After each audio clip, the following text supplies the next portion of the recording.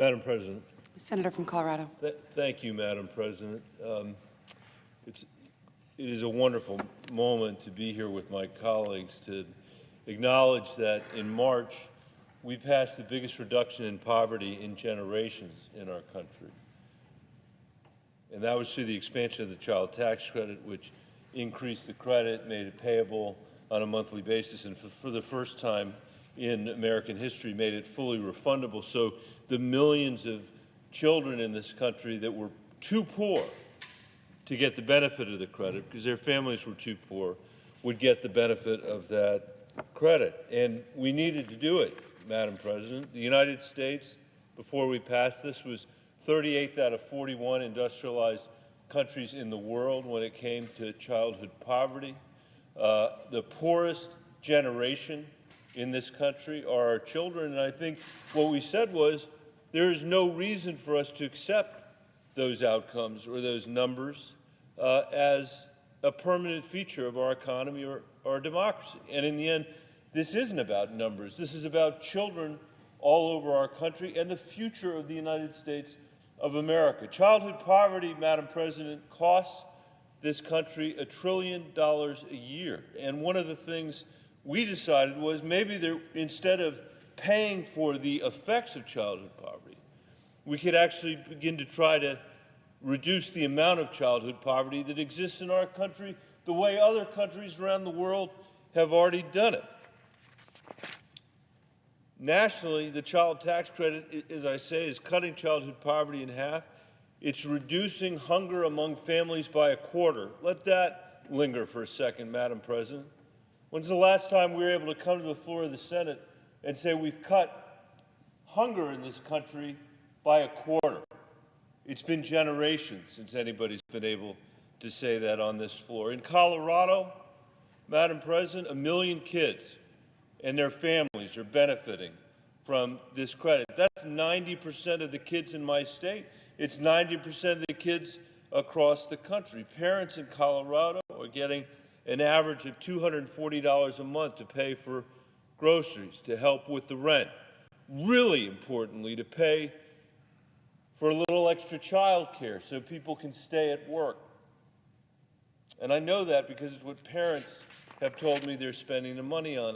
When we first passed this credit back in June, I think it was, that it first went into effect, July and August, people were getting ready to go back to school, and I had mom after mom after mom across the state tell me how important it was that they were able to buy school clothes for their kids without bankrupting their family for the first time.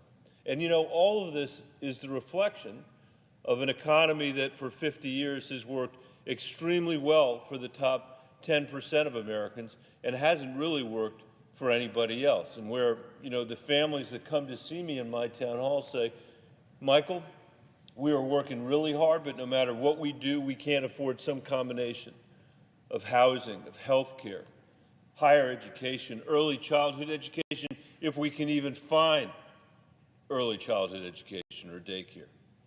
We can't save. We feel like our families are going to live a more diminished life than we did, and that our kids will as well. And so I brought a few photos today to the floor to share some stories of Coloradans with all of you and my colleagues. This is April Pratt from El Paso County, and she lives there with her 3 daughters who are ages 8, 2.5, and 1.5.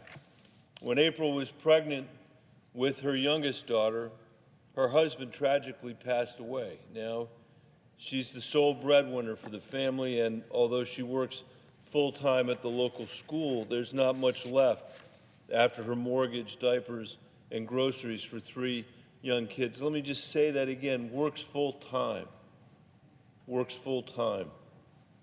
Before the child tax credit, April said she, quote, felt like I was having a lot of anxiety every month about whether I was going to be able to afford my bills. It was eating up a lot of my attention.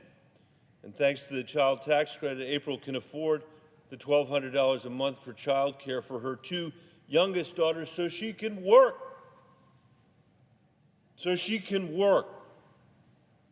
She said, if I wasn't able to afford child care, I'd have to quit my job. Without the child tax credit, April said that she'd be, quote, forced to use my credit card to fill in the gaps, and that debt just accumulates and accumulates, and that becomes crippling, and my family wouldn't be able to get ahead. She said it was, quote, nice that our government is finally doing something to help working families and middle-class families. Finally, Madam President, after we have cut taxes for the wealthiest people in this country by more than $5 trillion since 2001, we finally have a tax cut for working families. We should be making it permanent, Madam President. This is Amberly Atencio, also from Colorado. She's here with her 3 girls that are ages 9, 12, and 14 when I got to this place. Mr. President, my daughters were 9, 7, and 4, so I have some appreciation for what she's got on her hands. They lived their entire life in Monte Vista, a small town in southwest Colorado in the San Luis Valley, and for the past 3 years, Amberly's been working full-time and studying, and last week, she graduated with her 2nd associate's degree. She works for a local health insurance company, and before the child tax credit, her paycheck was the only source of income for her family. She said knowing that monthly support comes on the same day each month helps her pay the rent and buy food. She said, quote, I'm a single parent. This is like heaven to me. Knowing that I have that extra income to provide for my children, it has helped so much. Her daughters love sports, soccer, basketball, volleyball, and track. But between the shorts, knee pads, cleats, shin guards, and fees, it all adds up. And with the child tax credit, she's bought that equipment for her daughters so they can play sports with their friends, which means the world to them. I had a mom who told me that she had bought a bike for her son, and he was able to stay at school late to engage in after-school activities that he otherwise wouldn't have been able to do without that bike. And then finally, here's Aisha Bogart from Colorado Springs. Here's another mom from the Springs with her 3 daughters, age 12, 13, or her 3 kids, age 12, 13, and 23. And Aisha served for 16 years as a medic in the U.S. Army and U.S. Army Reserves while she was on active duty. She was injured during a training accident when her Humvee rolled over, and it left her with a traumatic brain injury.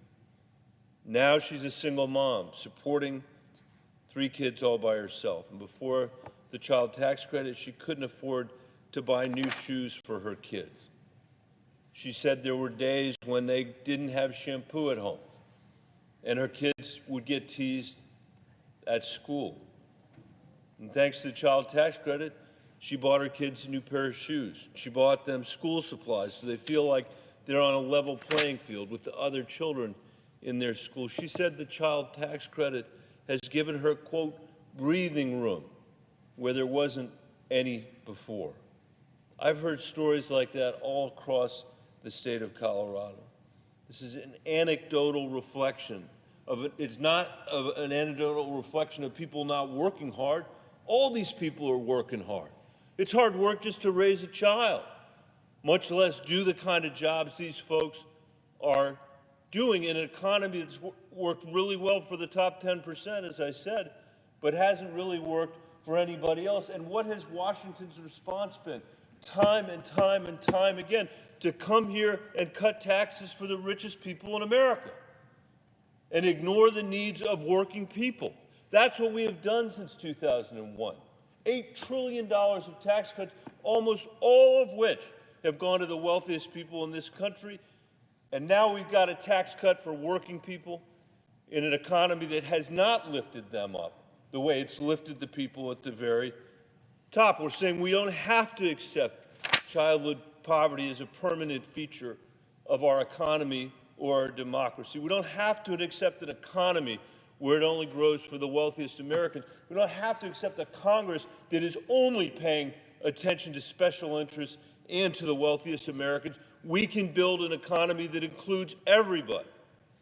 That when it grows, everybody benefits from it, because the whole society benefits from that as well. Childhood poverty costs this country $1 trillion a year, Mr. President. We can't afford not to do this, which is why so many other countries in the world have done this.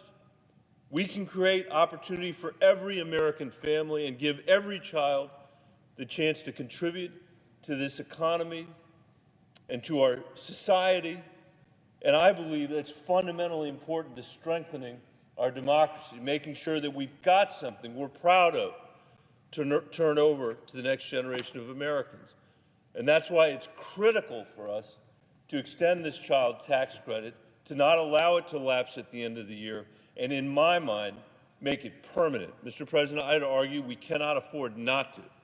And with that, I'll yield the floor.